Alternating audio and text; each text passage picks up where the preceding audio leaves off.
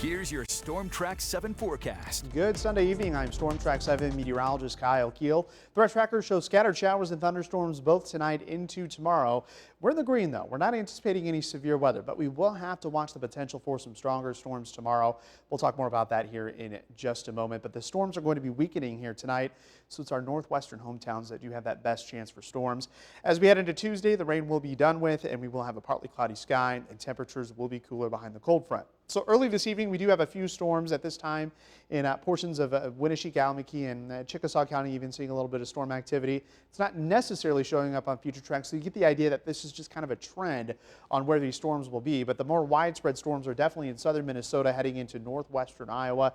Those are developing closer to that cold front that is going to begin to make a southeastward movement here tonight. So between about 10 p.m. and 1 a.m. is when we are going to start seeing those storms start to move into our northwestern counties. So Waterloo's finally getting in on those storms probably after midnight. But notice as these storms continue to track to the southeast, they are going to weaken just a bit. So areas like Dubuque, Cedar Rapids, Iowa City might not get any rain until the wee hours of the morning and potentially close to sunrise. So here we are at 8 o'clock just after sunrise.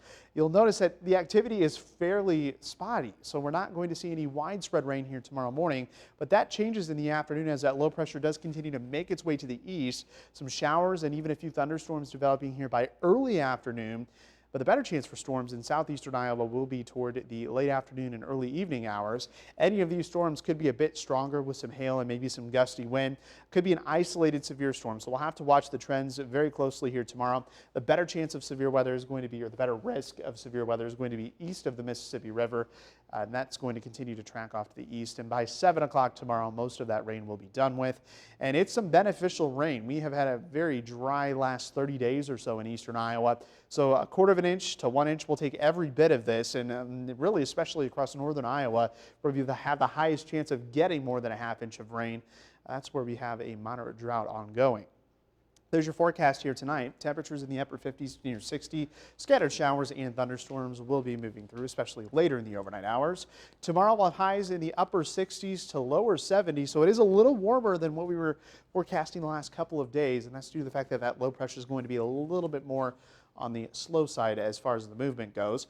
As we head toward Tuesday, we will see temperatures a little cooler in the lower 60s, keeping the lower 60s here as we head into Wednesday with drier conditions. The 10-day forecast does show a chance for rain into Thursday, highs close to 60, and we'll generally keep highs in the 60s over the next 10 days. Next weekend, of course, Mother's Day weekend, looks like we have a chance of rain here on Saturday with a dry Mother's Day expected for the time being.